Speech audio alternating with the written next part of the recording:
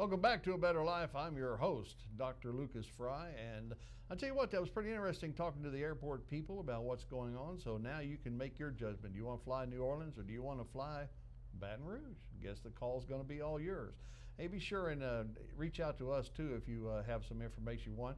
As you can see on the screen, I've got a special guest coming up. Her name is Rene Taylor, and before I let her get on the camera here, I do want to say, you know, my heart lies with special needs kids because I have a daughter and there's all kinds of problems with services, and especially in this state with state funding trying to cut them and everything. You need a friend, you need somebody to look out to. So we sought out this lady.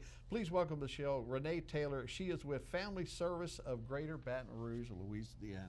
Welcome. Thank you so much for having me today. Pleasure's all mine. Why don't you tell us exactly what Family Service of Greater Baton Rouge provides? Okay.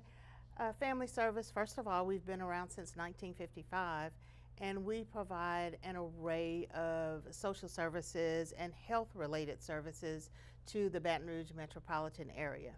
We are partially funded by the Capital Area United Way, so we serve a 10-parish area, and most of our programs and services include counseling. We provide counseling on a sliding fee scale to children, individuals, couples, and families.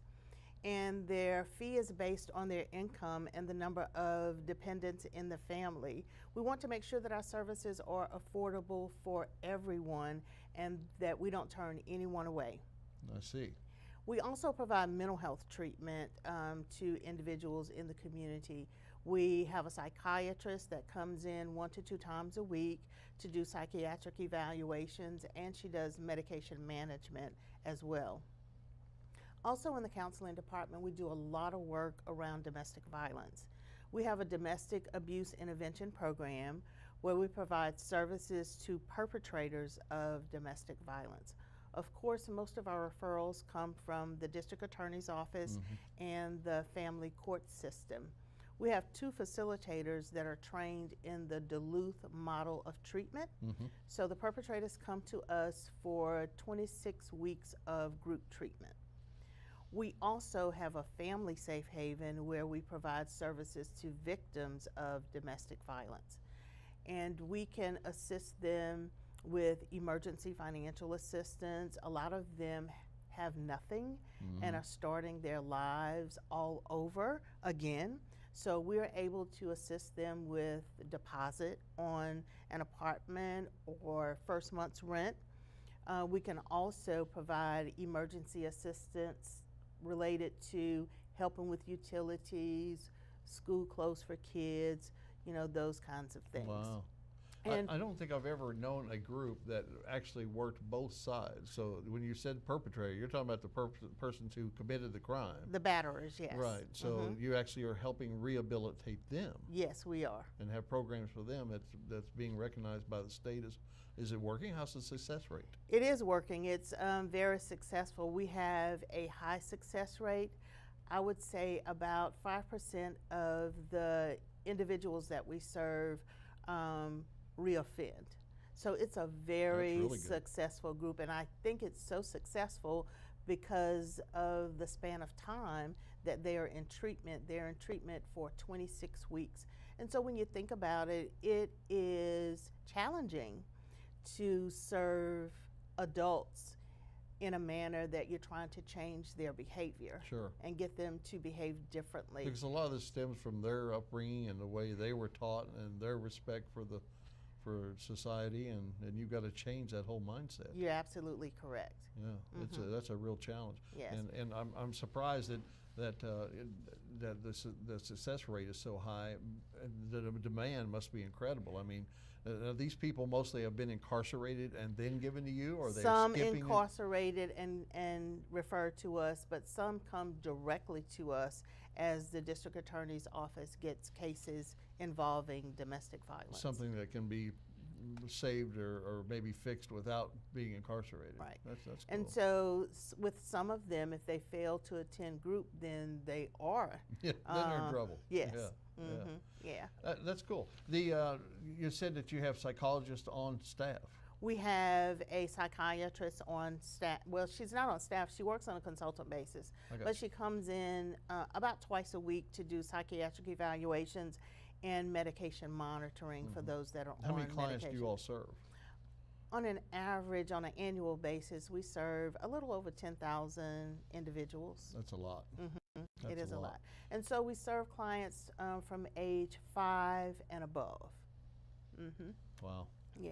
And it's all this started in 1955? All this started in 1955.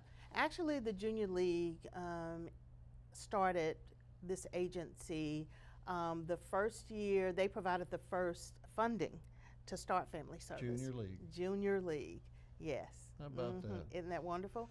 And then in 1957, we became a community partner with the Capital Area United Way. So we have a long-standing relationship with United Way.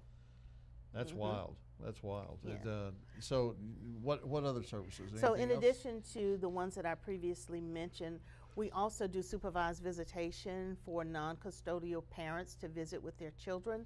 All of these cases are court-mandated cases, and we serve right now probably about 25 families in that particular program. We also do custody evaluations. We have one clinician on staff that does custody evaluations, and of course all of those are court mandated as well.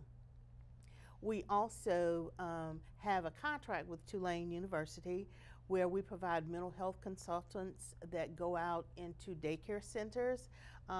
This is a part of the state's initiative that started probably about 7 or 8 years ago to ensure that every child in the state of Louisiana has access to quality daycare. So our mental health consultant team goes into centers and they work with the center staff and the children to modify any behaviors that are beginning to exhibit among their students. I'll tell you, it sounds like you have a very busy organization. How many employees do you have? We have 22 full-time employees and about 17 contract workers. So we're very unique in this community. We open our doors at 8:30 in the morning and we close at 8:00 p.m. Monday through Thursdays. And on Fridays, we're open from 8:30 to 3. So we are open for extended hours because when you think about it, children go to school, parents work, so we try to accommodate the children and families that we serve in the community. I appreciate you being on the show. Well, thank you. I hope you got some information there, folks, you can use, and we put the information up on the screen, of course, while we were talking. So if you'd like to find out more, please reach out, not to Linda, but to Renee, and she will be able to help you. Stay tuned, folks. When we come back, we got Patricia Colbert going to be on with us, and we'll be talking to her about things going on in her life and the step-by-step by dancers, I believe. Stay tuned. We'll be right back.